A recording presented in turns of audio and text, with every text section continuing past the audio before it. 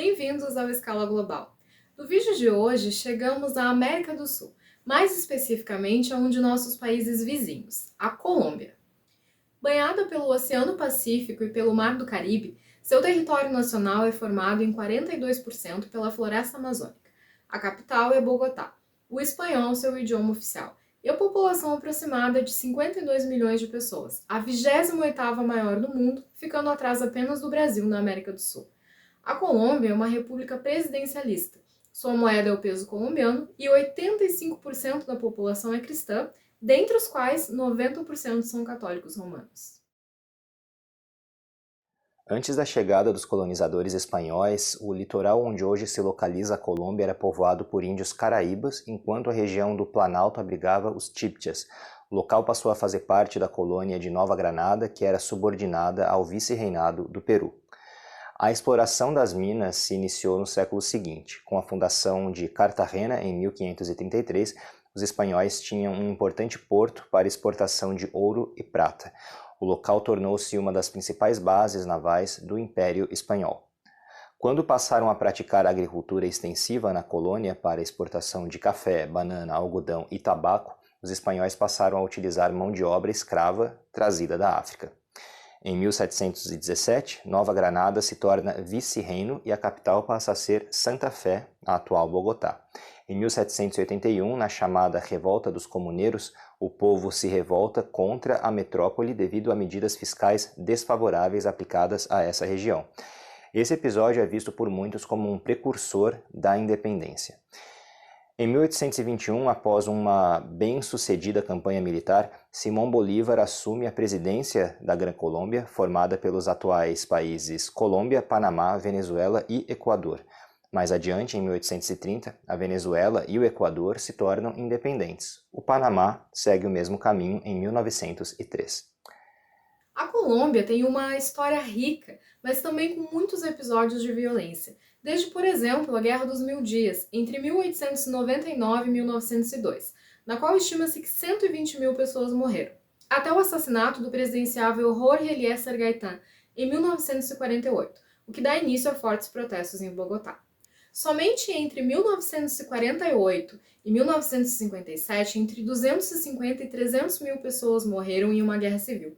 Em 1958, conservadores e liberais fazem um acordo e fundam a Frente Nacional, com o intuito de dar fim ao conflito, proibindo nesse processo a existência de outros partidos políticos.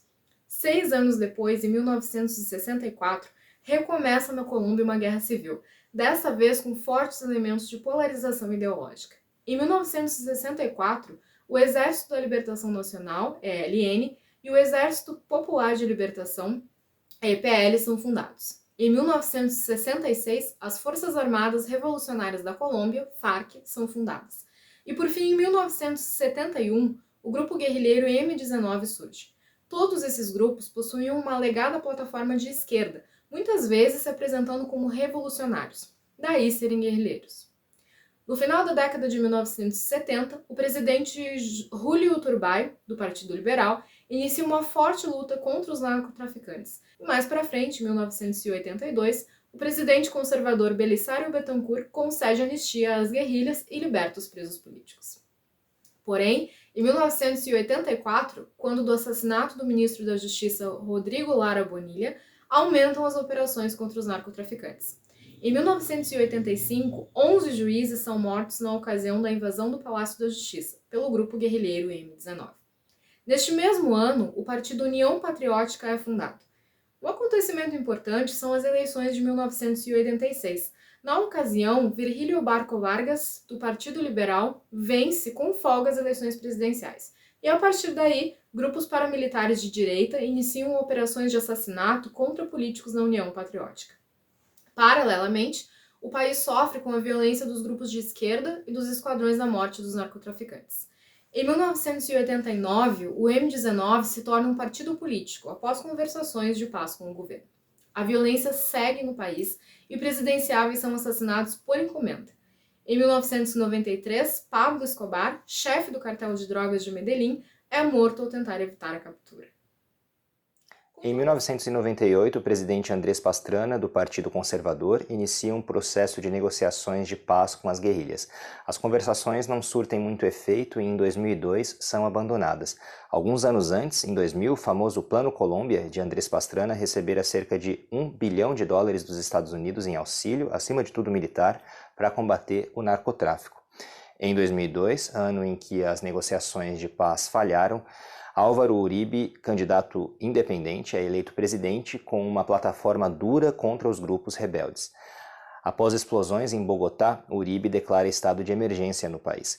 Em 2003, o grupo paramilitar de direita, Autodefesas Unidas da Colômbia, inicia o desarmamento. A partir daí, Uribe é reeleito em 2006, conversas de paz com grupos guerrilheiros começam, param e recomeçam, sequestros por guerrilheiros seguem e em 2007, a Venezuela, sob a presidência de Hugo Chávez, media a libertação de rebeldes por parte das Farc.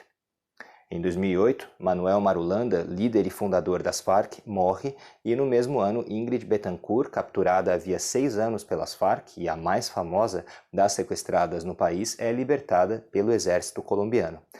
Em 2009, a Colômbia e os Estados Unidos assinam um acordo possibilitando acesso a bases militares colombianas pelos norte-americanos, o que azeda as relações do país com a Venezuela de Chávez.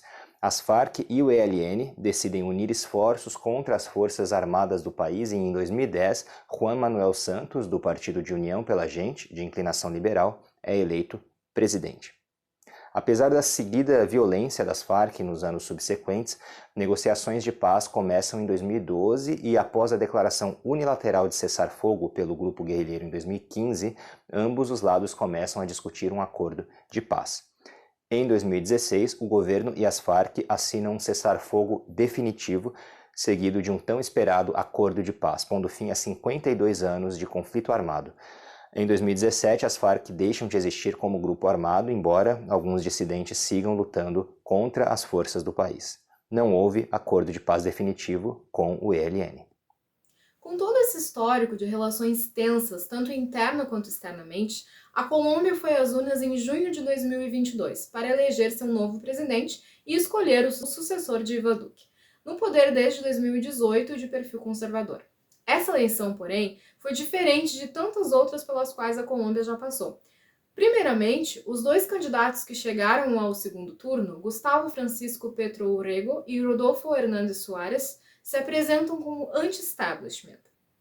Hernández é ex-prefeito de Bucaramanga e empresário, e Gustavo Petro, ex-congressista, senador, ex-prefeito de Bogotá e ex-guerrilheiro.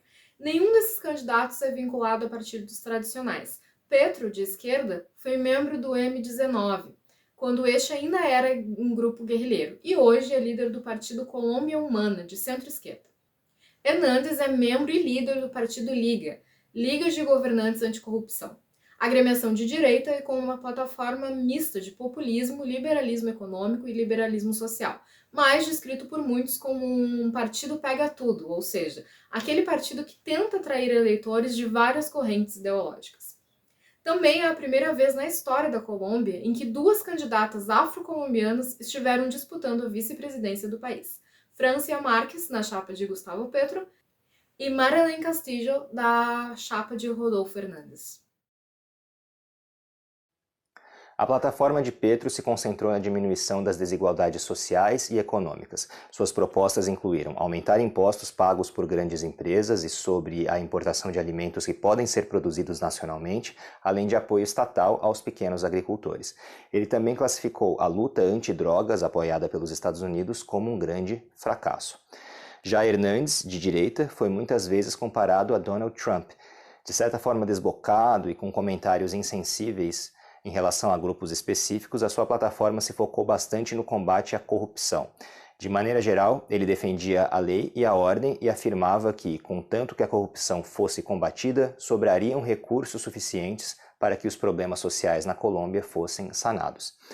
Após uma campanha apertada e sem previsão certa de quem venceria, Gustavo Petro ganhou o segundo turno com 50,42% dos votos contra 47,35% de Hernández, tendo recebido uma votação expressiva nas regiões litorâneas do Caribe e do Pacífico. A Agora, a Colômbia tem o seu primeiro presidente de esquerda, no que pode ser mais um indicativo de uma nova onda rosa na América Latina. O passado violento do país é uma chaga que segue presente na memória coletiva colombiana, e a promessa de uma continuidade nas conversações de paz pelo governo será observada.